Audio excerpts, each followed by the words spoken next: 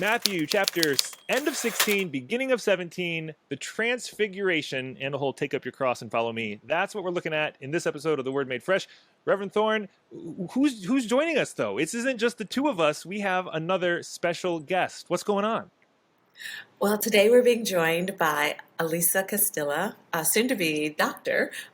She is working on a PhD at the University of Georgia and comes to us by way of a dear friend and colleague of mine who said that she preached out of her shoes in the chapel at Columbia Theological Seminary. So we wanted to bring her in and hear what a fresh young voice has to say to God's people this week.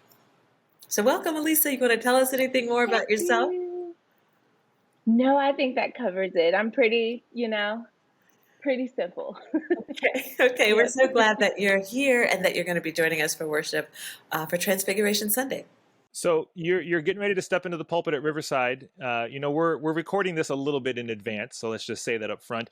But at this point, what are you thinking, Alisa? How are you approaching this text as you kind of look at where it might be leading a sermon? What's kind of cooking in the oven already on your side of the table?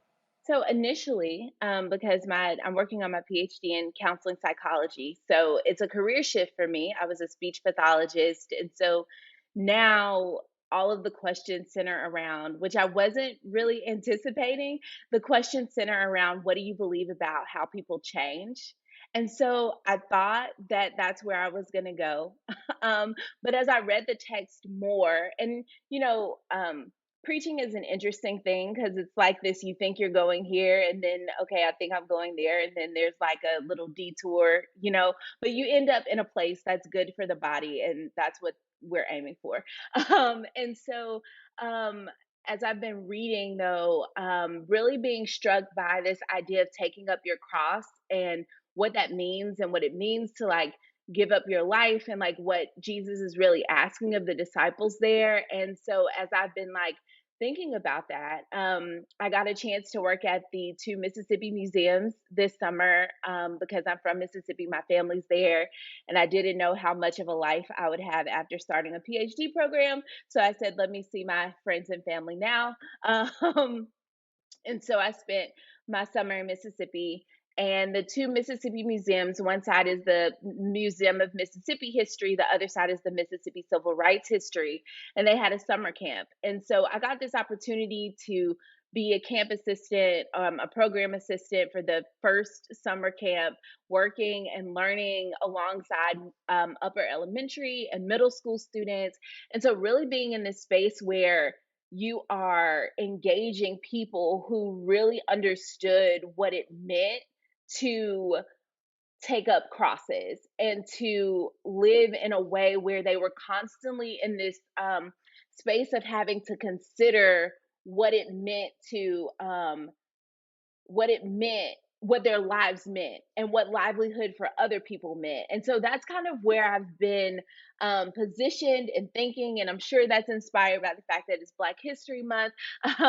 But that's where I've really been, kind of landing lately. Yeah, and Alisa, I would say what a sweet and bitter place to land, especially given what's coming out of the mouth of the governor of Florida, saying that African American history is not, has no educational value. And as people are continuing to push back on critical race theory, and even as Hulu, thank you, Hulu, is showing the 1619 Project, and Nicole Hannah-Jones is everywhere thanking Republicans for everything they've done to make her book a bestseller because she wasn't sure people were even going to notice it. It's really sweet and bitter that you're landing in this place, helping us to think about transfiguration and taking up crosses, especially I think as a country that's really wrestling with what it means to be a democratic Christian nation, something that we actually have never been. Well, and I think it's a necessary, approach to that phrase, take up your cross and follow me, because it's very easy for that phrase to literally become whitewashed and just become, oh, what's a thing that's burdensome? Oh, I didn't get a good parking spot today. I have to walk a little further. Got to just take up my cross. It just becomes shorthand for anything that's annoying. But that's not what's going on. This is putting your life on the line. This is, are you willing to do it if it actually costs this much of you? And Hmm. that's what you're looking in. That's what we all need to be reminded of, that actuality, both in the text and then all the ways it continues to echo throughout our world's history and current day today. Whew, this is you're preaching out of your Yeah. shoes already. It's gonna be good. Yeah, and so even in engaging this question, thinking about, theologians like Howard Thurman that really pushed us to really think about the ways that we um, consider or talk about Jesus in this way that's not looking at Jesus as like a real person, that looks at like Jesus as object or as this like idea, but no, Jesus is an actual person, that taking up your cross is an actual, thing. And I think there are a lot of ways that we kind of death by metaphor things. And so we make it so metaphorical that we don't really engage with like the truth and the burden and the choices that come with the cause that Jesus is making. And so I think that that's just, one of those things that as we talk about like these um popular stories, I forgot the exact name of this series, but like, but also those phrases that we just haven't really that we get used to hearing and we don't really internalize the same way. Right. We do a lot of embodied work at Riverside. We have been the last several months anyway. And I think what you're helping to remind us is that taking up our cross has a real impact on real bodies and real lives. It's not a metaphor. People in this country and people who truly follow Jesus, it cost us something. You know, as Bonhoeffer said, this is not a cheap grace. It costs something. Whew. I love the sense of metaphoring ourselves to death.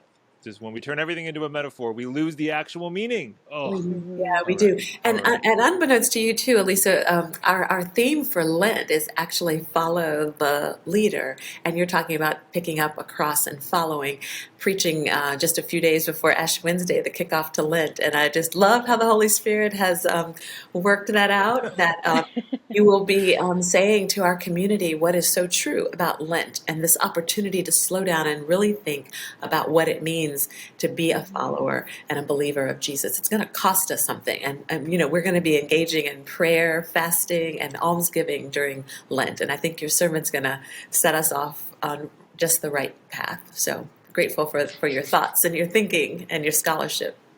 Perfect. Yeah, it's always interesting going into spaces that you aren't like a member of or connected to in certain ways. And so really trusting the Holy Spirit to do the work of, what does this community need, and being able to speak into that. And so, but I love it because speaking at Columbia, or preaching at Columbia, I also preached on transfiguration, and this sermon is just very different from Hmm. that sermon. So yeah. Oh, give us a moment on that. You're preaching Transfiguration Sunday again, but it's taking a different path. So I feel like there's a lot that other preachers can learn. How do you hold that you Mm. don't just reach back into the same bucket and like, okay, let's just reheat leftovers. Here you go. How do you cook something new? What's that kind of approach that you take? Yeah, so it wasn't actually Transfiguration Sunday, but I preached on the passage of Mm. Transfiguration, and it was like close to the last chapel of, so it wasn't technically um the senior service, but I was last year, last couple weeks of chapel kind of thing. And so really being a part of, and I think, sorry, my brain is like pinging, but being a part of seminary and theological education is really a transformation process. And being in the pandemic during seminary was really this way that highlighted the importance of embodied theology, of being present with other people doing the work of theology, and how important that was. And so, when I preached in chapel, really talking about this kind of journey of theological education and this way of climbing this mountain with Jesus. And you've got these three fishermen that Jesus has invited to climb this mountain, three, people who don't know anything about this thing that Jesus has asked them to do. And so but that's how we approach, theological education sometimes too, is like, we stumble and we fall and we trip on like biases, and we trip on, things that we thought we knew, but it's not really what we knew. And so you're always in this space of like, um climbing and learning, if you like fully embrace it in that way. And then, getting to the mountain and having Jesus transfigure before you, and how much of that is really Jesus's transfiguration, and how much of that is what has happened on the mountain, that is like you're Mm. able to see Jesus differently Ooh, because of that ooh. journey, that journey up the mountain. Oh, that's good. That's good. Ooh, I have not heard that that's at least transfiguration. three So sermons. that's a good one. That'll the journey transfigures you. Whew. Okay. Yeah, we are the transfiguration. Wow, that's good. Oh, That's well, good. this is going to be rich as always, and obviously, like we said, we're recording this a bit ahead of Sunday. So Alisa, Mhm. if you shift your sermon, we welcome whatever you and the Holy Spirit are cooking up for this one. But this Amen. conversation alone has been savory and delicious, and definitely offers some tasty morsels. You think I'm hungry with all these food metaphors? I'm metaphoring myself to death. I need to go actually eat Yeah. something. But all this to say, thank you. So grateful. So looking forward to what you have to bring on Transfiguration Sunday at Riverside. Yeah, blessings as Absolutely. you Thank prepare. y'all. Yeah, I can't wait to welcome you.